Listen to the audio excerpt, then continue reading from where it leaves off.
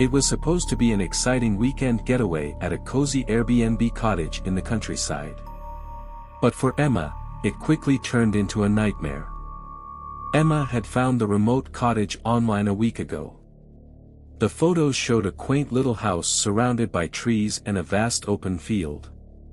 It seemed like the perfect place for some alone time and to escape the hustle and bustle of the city. The host had rave reviews on Airbnb too, so Emma booked it right away. On Friday evening, Emma drove for 3 hours before arriving at the secluded cottage. It stood solitary in the middle of a clearing, just like in the photos online. As the sun was setting, Emma hurriedly unloaded her bags and headed inside. The cottage was clean but sparsely furnished. The living room only had a couch and a small TV. The bedroom contained just a bedside table and a mattress on the floor. Emma also noticed the windows had no curtains or blinds. She made a mental note to cover them later for more privacy. After a quick tour, Emma settled onto the couch and turned on the TV to relax. Outside, the wind howled as darkness fell over the land. Before long, Emma fell asleep on the couch, exhausted from her long drive. A few hours later, Emma stirred awake. The TV was still flickering as her eyes adjusted to the dark. She reached for her phone to check the time, but it was dead.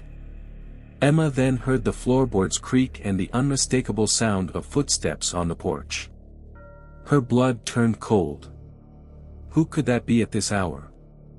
The footsteps continued pacing around the porch before stopping at the front door. Emma's heart raced, terrified about whoever lurked right outside.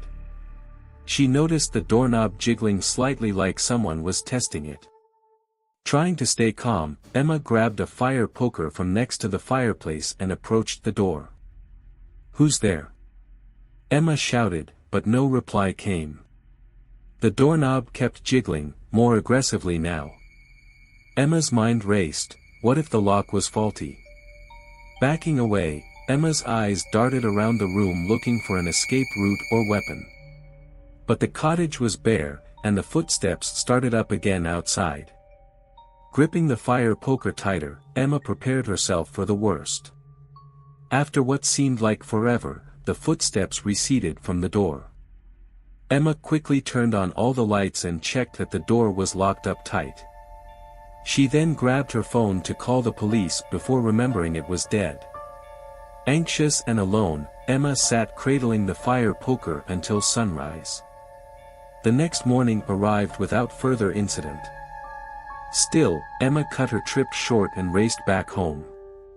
She could not shake the chilling sense that someone had been prowling right outside her door, persistently trying to get inside the cottage. Who or what could have made those footsteps? Emma may never know, but she vowed never to stay alone at a remote Airbnb again. Mark was eager to start the next chapter of his life after recently graduating from college. He had landed a new job in the city, but first needed to find a temporary place to stay while apartment hunting. Mark decided to check Craigslist for rooms renting in shared houses to save money. He came across an ad posted by a man named Tom, advertising a nice bedroom in his home close to downtown. The photos showed a clean house with modern furnishings. Mark emailed Tom to schedule a visit. Arriving at the address the next day, Mark was surprised to find the house looking worn down and in need of repairs. The windows were covered in a layer of dirt and grime. Shingles were missing from the roof and the paint was peeling from the walls. Tom answered the door in just a stained white tank top and boxer shorts. He looked older than his photos suggested, with disheveled hair and bags under his eyes. The house smelled like stale cigarette smoke. Tom hurriedly showed Mark the kitchen and living room. Dirty dishes overflowed from the sink and covered the counters. The stained carpet was littered with food crumbs and parts from electronics projects. Tom ushered Mark upstairs. "Your room is up here, first on the left," he said while remaining at the bottom of the steps. Apprehensive, Mark proceeded upstairs alone. The hallway was unlit and undecorated, with torn wallpaper and marks on the doors. Approaching the bedroom door, Mark suddenly heard a loud thud inside the room, followed by a soft groaning sound. He paused nervously. "Oh, don't worry, that's just my friend staying the night," Tom called out from downstairs. "Go ahead and take a look at the room." Uneasy, Mark turned to go back downstairs only to find Tom slowly climbing up behind him, boxing him in. "Leaving already? You should at least see the room first," Tom said with a strange smile. His eyes looked glassy and bloodshot. Panicked, Mark pushed past Tom, rushed downstairs and fled outside to his car. Peeling out down the street, he saw Tom watching him from the front door with a cigarette dangling from his mouth. Mark drove straight to the police station, with the image of Tom's creepy smile burning into his mind. He felt fortunate, trusting his instincts to escape whatever horrors awaited inside that bedroom. After a tiring day of hiking, Alex was looking forward to a good night's rest at the log cabin he had rented on Airbnb. Located deep in the woods, the charming cabin was just what Alex needed for a weekend getaway from the city. As the last rays of sunlight faded behind the trees, Alex parked his car and headed inside the dark cabin. Using his phone flashlight, Alex scouted the cabin layout. It was a simple one-room layout with just a bed, couch, and basic kitchen. The furniture was old and musty. Cobwebs dangled from the rafters and the windows were coated in years of dirt. Alex's footsteps echoed on the creaky wooden floor. After taking a quick shower, Alex slipped into bed and quickly drifted off to sleep, listening to the gentle hooting of owls outside.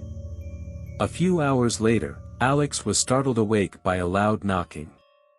Still groggy, he checked his phone but saw no new messages from the cabin owner. The aggressive banging continued at the front door.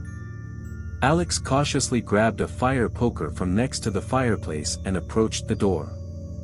A floorboard squeaked under his weight and the knocking immediately ceased. An eerie silence followed. Holding his breath, Alex slowly unlocked the door. The rusty hinges screeched as he pushed it open. Alex waved the fire poker out into the night, but nothing was there except pitch darkness. Alex quickly closed the door. Just as he slid the deadbolt into place, the mysterious knocking resumed right next to him on the inside wall. Alex gasped and stumbled backward. The knocking now moved around the cabin walls erratically before stopping at the bedroom window. Paralyzed by fear, Alex stood frozen, waiting for the sun to rise. At dawn, Alex rushed outside to his car. Turning the ignition, his heart sank as the engine sputtered without starting. Glancing back at the cabin, he noticed in the morning light a message scratched into the dirt by the front door. It simply read, "Pleasant dreams."